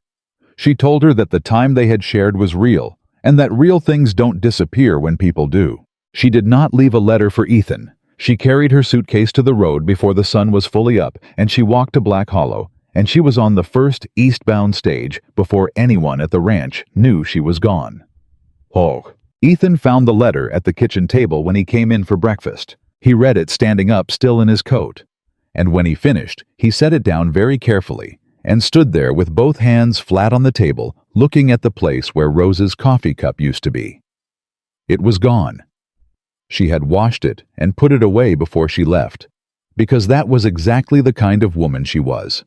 The kind who cleaned up after herself even when she was leaving, who made sure she didn't leave a mess for someone else to deal with. He stood there for a long time. Walt appeared in the doorway, took in the scene with the accuracy of a man who has watched people closely for 40 years and said, "She's gone." "Yes," Ethan said. Walt was quiet for a moment. "You going after her?" Ethan didn't answer. He folded the letter and put it in his coat pocket and walked out to the barn. He fed the horses. He checked the fence line on the east pasture. He did every task in his morning routine with the mechanical precision of someone who is using physical work to keep some internal thing from coming to the surface. It didn't work. It almost never does. It was Lily that broke him. She came down to breakfast and stood in the kitchen doorway, looking at the table at the one-place setting instead of 3, at the absence of the second coffee cup, at the letter that had been there and was now in Ethan's pocket, and she said nothing. She sat down. She looked at the food on her plate. She picked up her fork and put it down again. "Where is she?" she asked. "She left this morning," Ethan said. He kept his voice even. He was trying to give her the truth without the weight of it, which is an impossible thing to do, but he tried. Lily looked at her plate. "Did you ask her to stay?" "No." Lily set her fork down very carefully parallel to her knife, the way Rose had taught her. "Why not?" she asked quietly. Ethan opened his mouth. "And don't say it's complicated," Lily said. Her voice was not raised. It was perfectly level, and it cut right through him. "Don't say that." He closed his mouth. Lily pushed back her chair and went to her room. She didn't slam the door, which somehow made it worse. A slammed door was anger. A closed door was something further past anger, something that had moved through anger and come out the other side, into a quieter and more permanent place. Ethan sat at the table alone and looked at the kitchen around him, and understood for the first time what it had looked like before Rose arrived. Not the physical state of it, the latches and the ledger and the rearranged furniture, but the quality of the air, the temperature, the difference between a house and a home, which is not about objects or arrangement, but about whether someone in it is paying attention to the whole thing, noticing what's needed, caring about the answer. It had been cold before Rose. He had been so accustomed to it that he'd stopped noticing the cold. He noticed it now. 3 days passed. Lily did not stop speaking entirely, but she contracted. She answered questions with the minimum necessary words. She ate what was put in front of her. She did her chores. She did not go to the corner of the main room where her schoolbooks were because Rose had set up that corner, and sitting there alone felt apparently like something Lily couldn't manage yet. She didn't cry where anyone could hear her. Ethan knew she was crying. He could see it in the particular tightness around her eyes in the morning. But she had made a decision clearly to process this privately, and he recognized the decision because he'd made the same one for 2 years. On the 3rd evening, he knocked on her door. "Come in," she said. He sat at the edge of her bed, the same spot he realized where Rose had sat when she'd come in after hearing Lily cry. He looked at the drawing above the bed. He'd seen it before without really looking at it, but now he looked at it properly, and he saw the two figures in front of the house, and he recognized the corn silk hair on the smaller of the two adult figures, and he had to look at the floor for a moment. "I made a mistake," he said. Lily looked at him. She didn't say anything. "I made more than one," he said, "but the one I'm talking about is Rose." Lily was very still. "What are you going to do about it?" "I'm going to find her." He looked at his daughter. "If she'll hear me." "She'll hear you," Lily said immediately. Then with a flash of something that was almost her usual self. "She's a teacher. She listens to people even when they're being thick-headed." Something shifted in Ethan's chest. Not quite a smile. The beginning of one. "Yeah," he said. "She does." Lily looked at him with her direct, serious eyes. "Papa, don't go there and say the wrong thing." "I'm going to try very hard not to." "I mean it." She sat up straighter. "Don't go there and talk about arrangements and practicality and all that. She already knows all that. She knew it better than you did." She paused. "Tell her the true thing. Whatever the true thing is." Ethan looked at his daughter for a long moment. 8 years old. 8 years old, and she understood the situation with more clarity than he'd managed in months. "When did you get so smart?" he said. Lily gave him a look of supreme patience. "I've always been this smart," she said. "You just weren't paying attention." Walt. He rode out the next morning before dawn. He'd gotten Rose's direction from Pastor Holt, who had received a brief letter informing him that she had arrived safely and taken a teaching position at a church school in a mining settlement called Dyer Creek, about 40 miles southeast. The pastor had delivered this information to Ethan with the expression of a man who had been waiting for exactly this conversation and was choosing to say considerably less than he felt. "She deserves better than what happened," the pastor said. "I know," Ethan said. "She came here in good faith and gave everything she had and got precious little in return." "I know, Gerald. And Lily, I know." His voice came out rougher than he intended. He looked at the pastor directly. "I know all of it. That's why I'm going." The pastor studied him for a moment. "What changed?" he asked quietly. "What finally made you see it?" Ethan thought about Lily's door closing. He thought about the empty coffee cup. He thought about the drawing above the bed with the corn silk hair. He thought about standing in the dark outside Rose's room and watching her unpack with one hand and hold his daughter with the other. "I saw what losing her actually felt like," he said, "and it wasn't anything like what I expected." The pastor handed him the letter with Rose's address. "Don't waste the ride," he said. "Obweg. 40 miles of open country is a long time to think, and Ethan used every mile of it. He thought about Vanessa first, because he owed himself that honesty. He thought about what she'd been to him and what she'd cost him, and he thought about the past 3 weeks of conversations with her. The carefully constructed reasons, the explanations that were almost persuasive, the version of the past that she'd offered him, that made her understandable, even sympathetic.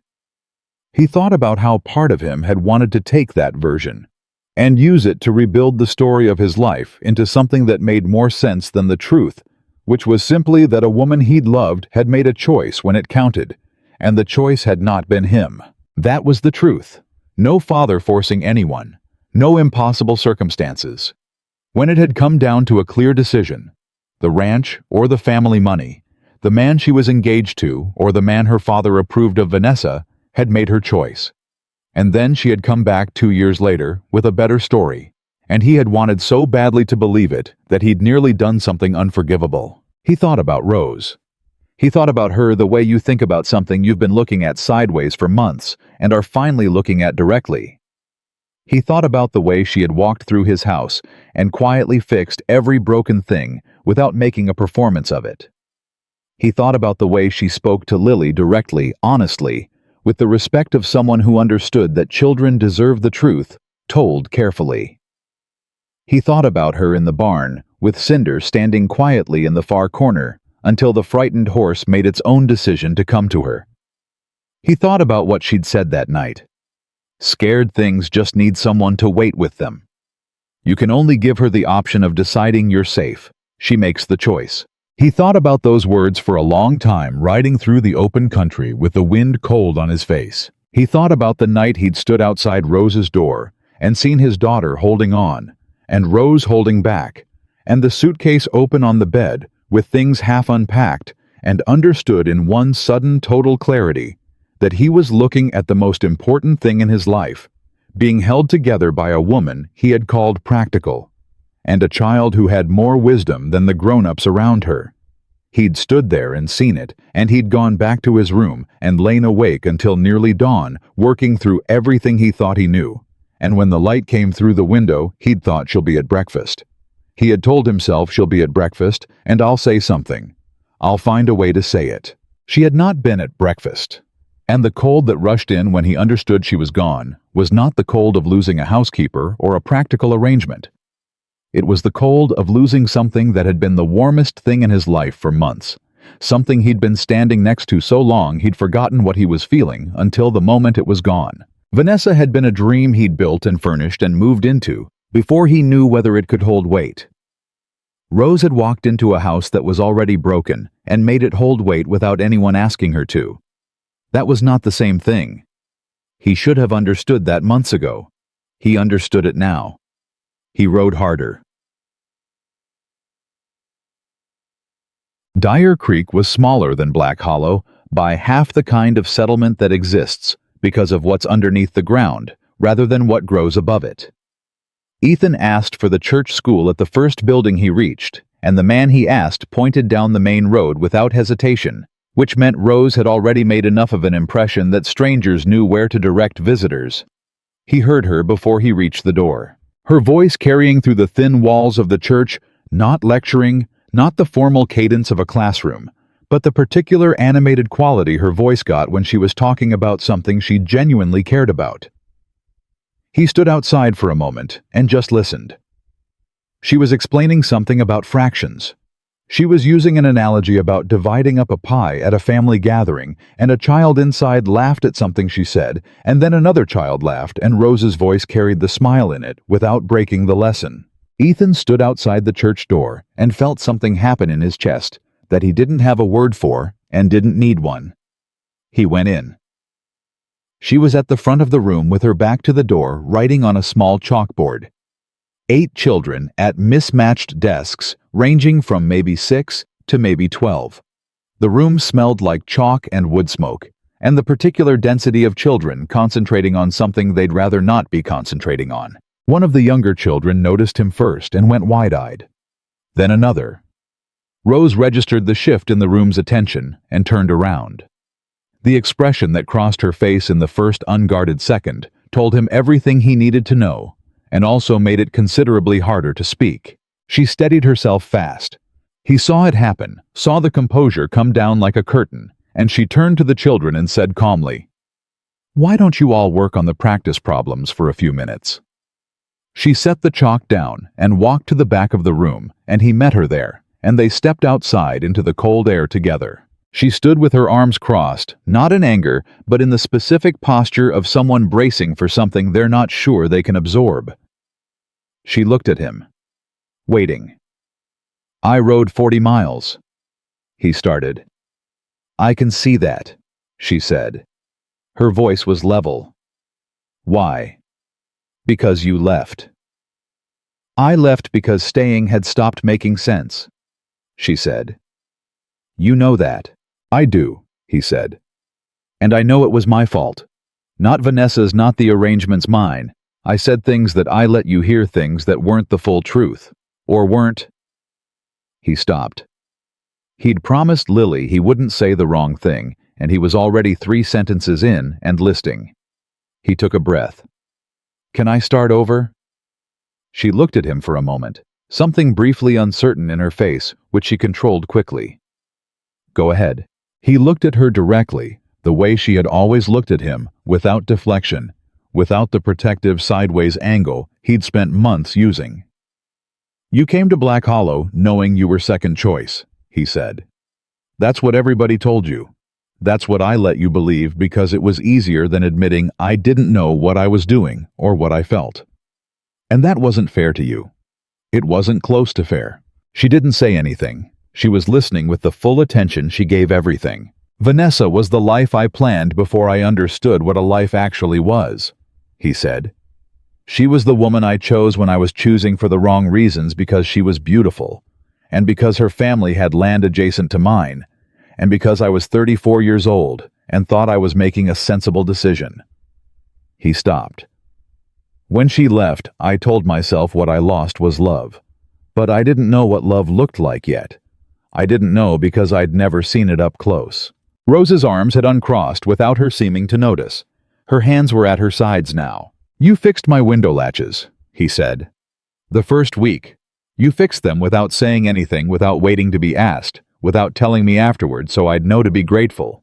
You just saw they needed fixing and fixed them." He felt slightly ridiculous saying it, and said it anyway because Lily had told him to say the true thing, and this was true. That doesn't sound like love. But when I think about every time in the past months that I've seen you do something like that for the house, for Lily, for me, even when I didn't deserve it, what I see is someone paying attention to us the way people only pay attention to things that matter to them. Rose looked at him for a long time. Her chin was not entirely steady. "Vanessa loved the idea of what we could be," he said. "You loved what we actually were. The debt and the dirt and the broke-down house and the little girl who cries into her pillow and doesn't want anyone to hear. You loved the real thing. And I was so tangled up in the old story I couldn't see it." "Ethan, you were never second choice," he said. "I need you to understand that.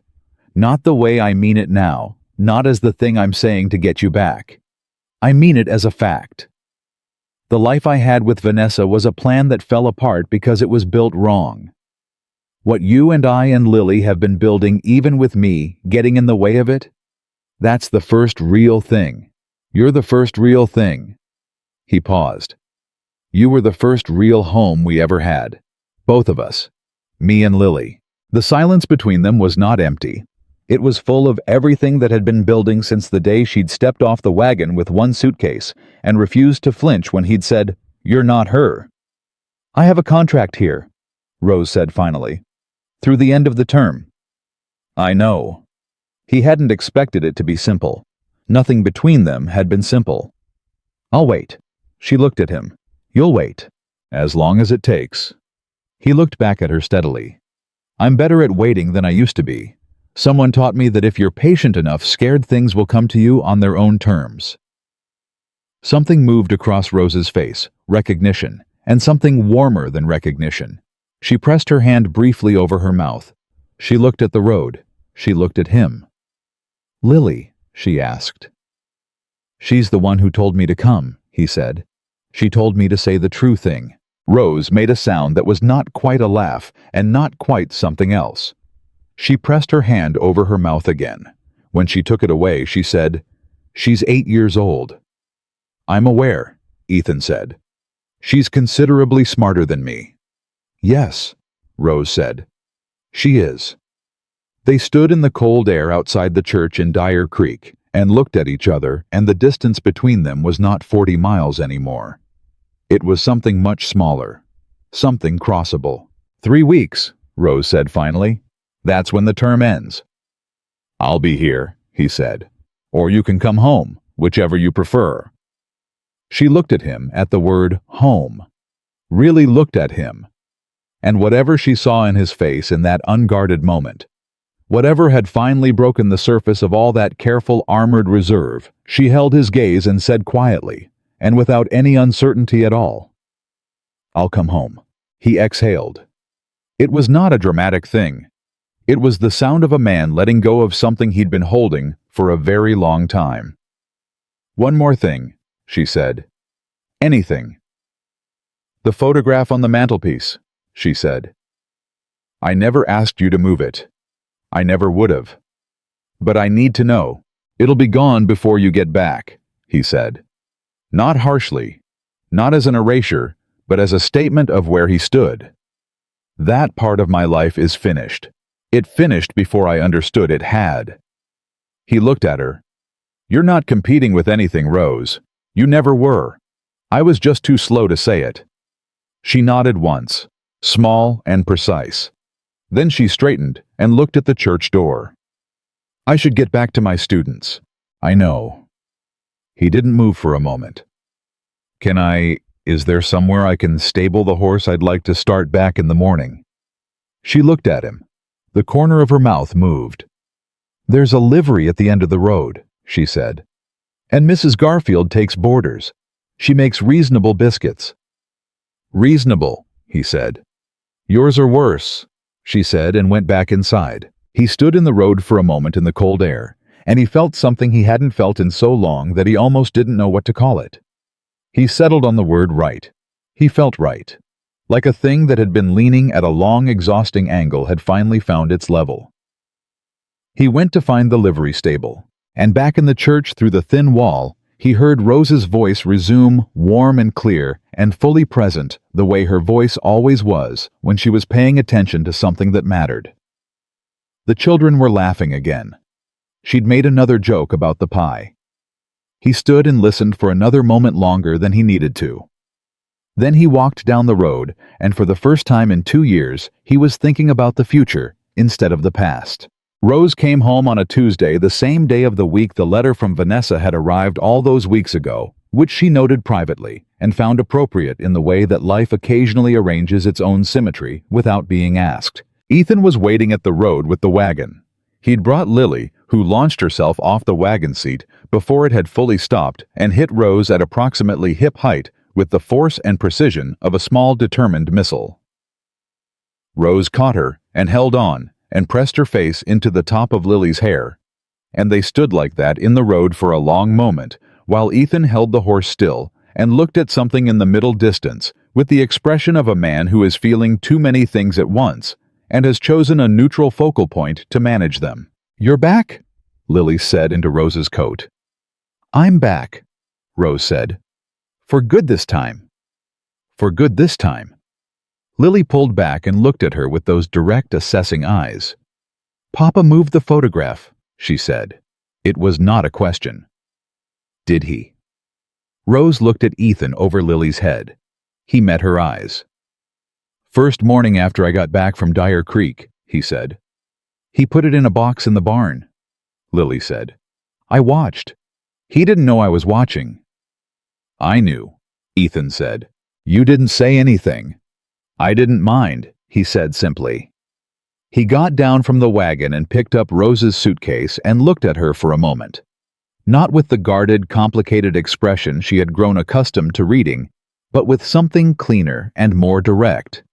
Something that had been stripped of its defenses and was presenting itself as plainly as he knew how to present anything. "Welcome home," he said. 2 words. The simplest 2 words. Rose felt them all the way down. "Thank you," she said. And she meant considerably more than thank you, and he understood it, and that was enough for now. The first week back was different from all the weeks before it, and the difference was not dramatic. It wasn't announced. It accumulated in small, specific ways, the way all real changes do, in the quality of the silence at the dinner table, which had stopped being careful and become comfortable. In the way Ethan now asked her opinion about ranch decisions, as though the answer actually mattered, rather than as a courtesy. In the way he lingered in the kitchen after supper, instead of disappearing immediately to the barn. Lily noticed. Lily cataloged every increment with the satisfaction of a scientist whose hypothesis has been confirmed. She said nothing about it directly, but she hummed while she did her lessons, which she had not done before Rose left, and which was Rose understood Lily's version of visible contentment. Vanessa had left Black Hollow 2 weeks prior, Walt reported at dinner on Rose's 3rd day back. No announcement, no letter. She had checked out of the hotel on a Thursday morning and taken the northbound stage, and the only indication she'd left anything unresolved was a brief note left with Pastor Holt, which the pastor had not shared with anyone, and which Ethan had not asked to see. Rose noted this, and did not ask about it either. She understood without it being said that some doors close cleanly when the right person walks through the right other door. Vanessa Hale had gotten what she came for in the end, not Ethan, not the ranch, but the answer to a question she'd probably been carrying for 2 years. She knew now. She could build her next chapter on honest ground. Rose found she could wish her well with something close to genuine sincerity. Because a woman who finally stops running from a truth she already knows is capable of anything. What mattered was here. What mattered was the coffee cup back in its place. What mattered was Lily at the corner desk with good light chewing her pencil over long division. What mattered was Ethan in the barn doorway in the evening and the way he'd started saying goodnight like a man who expected to be there for the next one too. The conversation about Lily came on a Sunday, which was the day the ranch ran quietest, and the two of them sometimes found themselves in the same room at the same time without the buffer of task and routine. Ethan came to the kitchen where Rose was working and sat at the table, not with a purpose or a problem. Just sat, and she recognized the posture of a man who has something to say, and is building toward it, and she gave him the room to build. He was quiet for a moment. Then, "I want to ask you something." "All right," she said. "About Lily." He looked at his hands on the table. Legally, her mother Vanessa was never her mother. Legally or otherwise. Lily's mother passed when she was 2. Fever. He paused. "You knew that?" "Yes." Rose kept her voice steady. She had known. It was in the letter from Pastor Holt, the detail he'd included, almost as an afterthought. The child's mother passed 2 years prior, and it had mattered to her even then before she'd known what Lily was, before she'd understood the precise weight of what that absence meant in a child who watched adults with that particular careful attention. "I've been thinking," Ethan said, "about what Lily deserves, what she's needed for a long time." He looked up. She deserves someone who's hers, legally, permanently. Someone who can't leave and not come back in a way that the law would just let happen. He stopped. "I'm not saying it right." "You're saying it fine," Rose said quietly. "I want to ask if you'd be willing to adopt her, if that's something you want." He held her eyes. "I'm not asking because it makes the arrangement more official. I'm asking because she's yours already in every way that counts, and I think she deserves to have the paper that says so." Rose set down what she was holding. She thought about Lily in the doorway the night she'd packed her suitcase. "Please, don't leave me too." She thought about the drawing above the bed with the corn silk hair. She thought about 8 years old in flower girl dresses and 3 hours of waiting and the particular resilience of a child who had decided to trust again anyway against all available evidence that trusting was safe. "Yes," she said. It came out without deliberation or qualification, the way true answers come when you've already lived them long before you're asked to say them out loud. "Yes, I want that." Ethan let out a breath. He nodded slowly. Then he said, "There's one more thing." She waited. "I'd like to ask the pastor to do a proper ceremony," he said. Not a replacement for what we already are, but something real, something Lily can see." He looked at her steadily. "Something I can mean." Rose looked at this man. This hard-headed, grieving, slow-moving, ultimately honest man, who had taken months to see what was right in front of him, and had ridden 40 miles the moment he did. She thought about the first day, "You're not her," and she thought about how far they had both traveled from that moment, and how most of the distance had been covered, not in dramatic declarations, but in window latches, and barn hours, and midnight hallways, and one long, terrible ride across open country in the cold. "Ask the pastor," she said. "Atmag." The ceremony was small. That was intentional. Ethan had suggested the church and Rose had said she'd prefer the ranch, and Ethan had agreed immediately in the way he now agreed to most of Rose's preferences, not out of deference, but out of the genuine understanding that she was usually right. Pastor Holt came on a Saturday morning. Walt and the other ranch hands were there, cleaned up and uncomfortable in the particular way of men who only put on good clothes for weddings and funerals. Clara Briggs came with her husband and Eleanor from the church committee, and Jessie the ranch hand, who had told Rose about the hotel dinner all those months ago, and who still couldn't entirely meet her eyes when she looked at him directly. Lily wore the blue dress she'd picked herself, with her hair in the 2 braids that Rose had learned to finish properly so the ends didn't come loose. She stood between Ethan and Rose during the ceremony with the expression of someone who is working very hard to contain something enormous. The ceremony was brief and practical, because that was the kind of people they were. Ethan said what he meant, and Rose said what she meant, and Pastor Holt said the words that made it real. And when it was done, Ethan took Rose's hand with the simple deliberateness of a man who has thought carefully about a gesture before making it, and she let him hold it, and that was that. Then the pastor looked at Lily. "Lily," he said warmly, "do you have anything you'd like to say?" The ranch went quiet. Even the wind seemed to pause. Lily looked at the pastor. Then she looked at her father. Then she looked at Rose, and the expression on her face was the most undefended thing Rose had ever seen on another human being.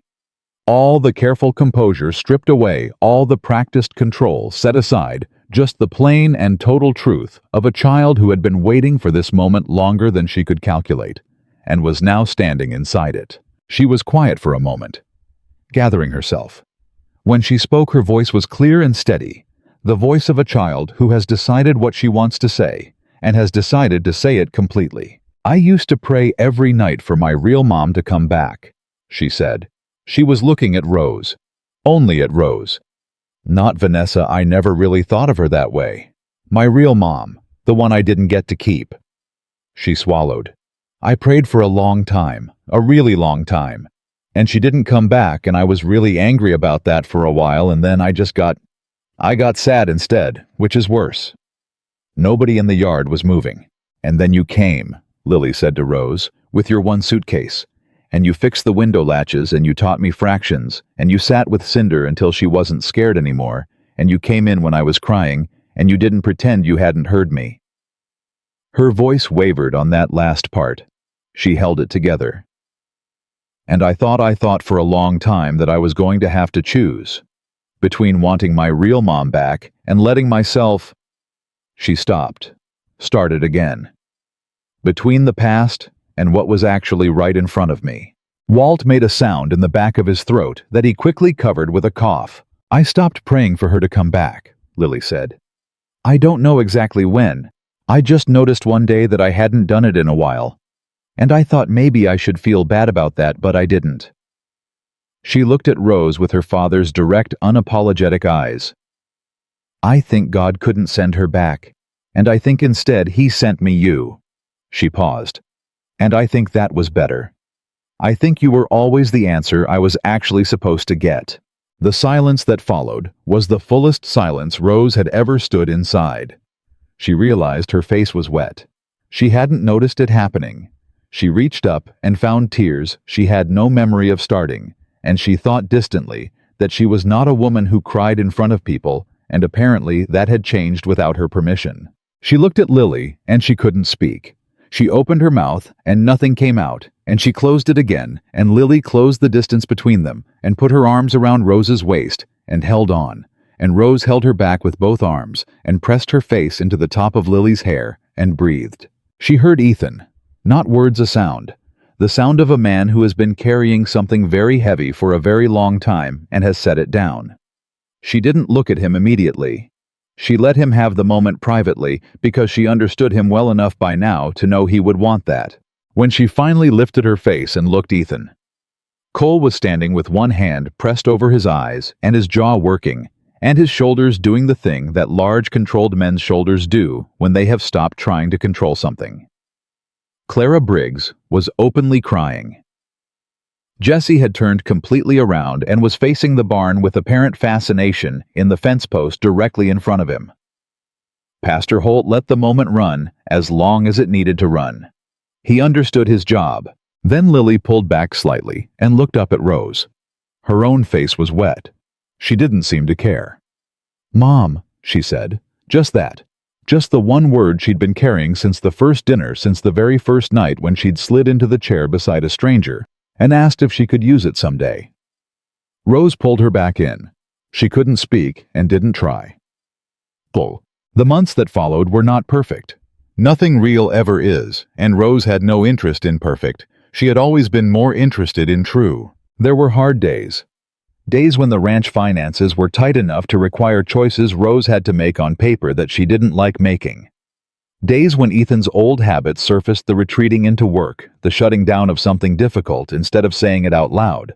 and Rose had to be direct with him in the way she was direct with everything which he was getting better at receiving, and she was getting better at delivering without edges. Days when Lily was 8 years old, in all the most challenging ways, and tested every limit available to her with the systematic thoroughness of a born scientist. But the house was warm. That was the constant. The house that had been cold for 2 years, that had been furnished and ordered and emptied of everything essential, was warm in a way that had nothing to do with the wood stove and everything to do with the people moving through it. Walt reported one evening at dinner with the casual delivery of a man dropping significant news into ordinary conversation that 2 families in the eastern county had inquired about buying cattle from Black Hollow, and that if the numbers held, the ranch would clear its oldest debt by spring. Ethan looked at Rose when Walt said this, and Rose looked at the ledger she'd been keeping for months, and she said, "By February, if we're careful." And Ethan said, "We'll be careful." And that was the closest they'd come in public to discussing how much of the ranch's recovery had been built on her quiet, relentless attention to its finances. Lily grew 1.5 inches. She announced this with considerable satisfaction and asked Rose to mark it on the doorframe, the way she'd seen described in a book. Rose marked it, and Lily studied it with the expression of someone cataloging evidence of progress. "Next year I'll be taller," she said. "And then the year after." She looked at Rose. "You'll have to mark it every year." A pause. "That means you have to be here every year."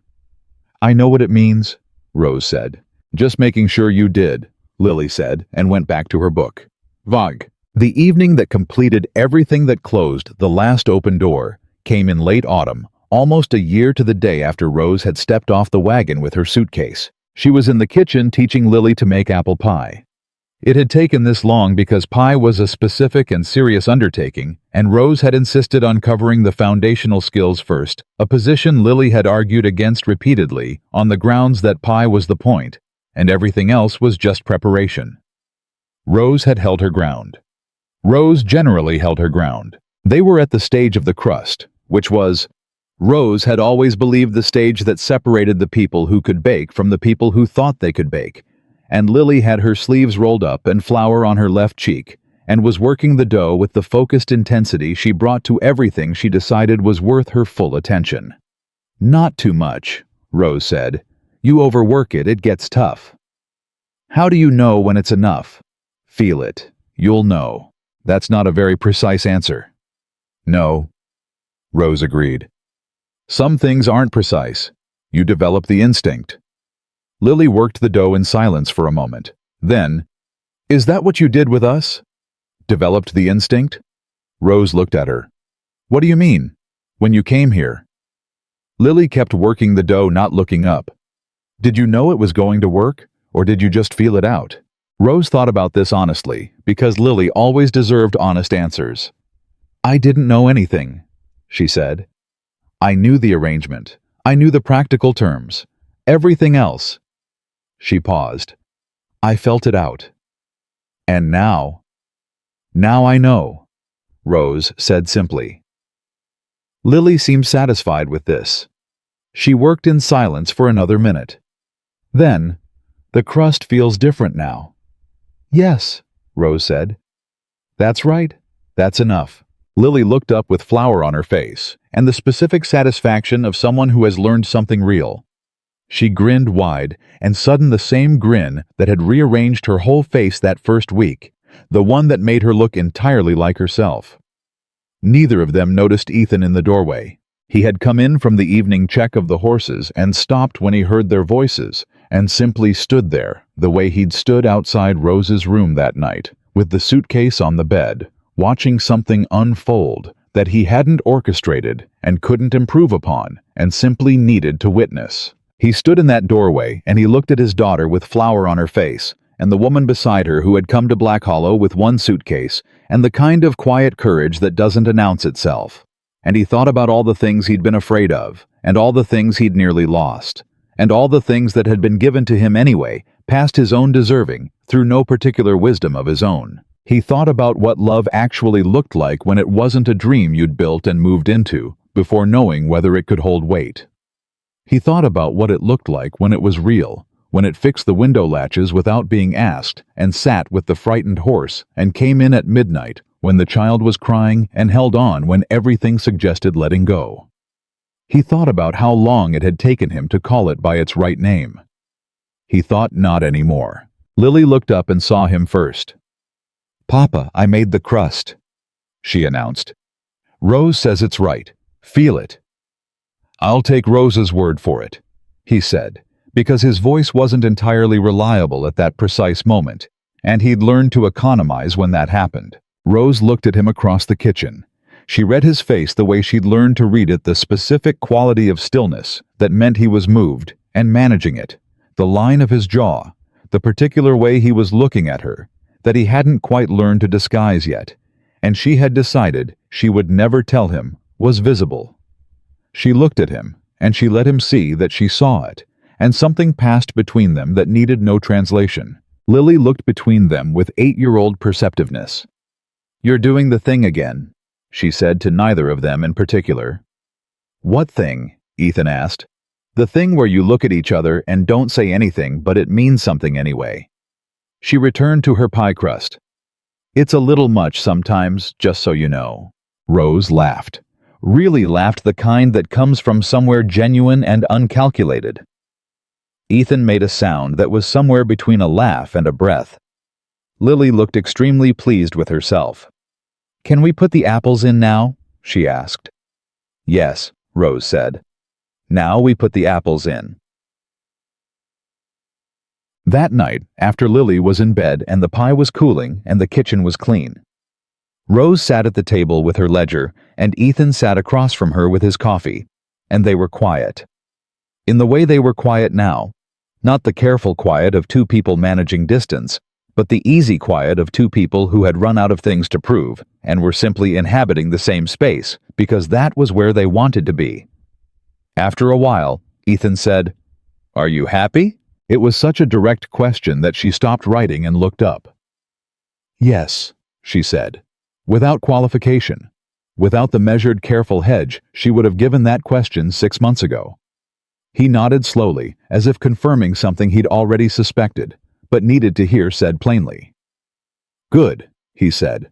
She looked at him for a moment. "Are you?" He looked back at her.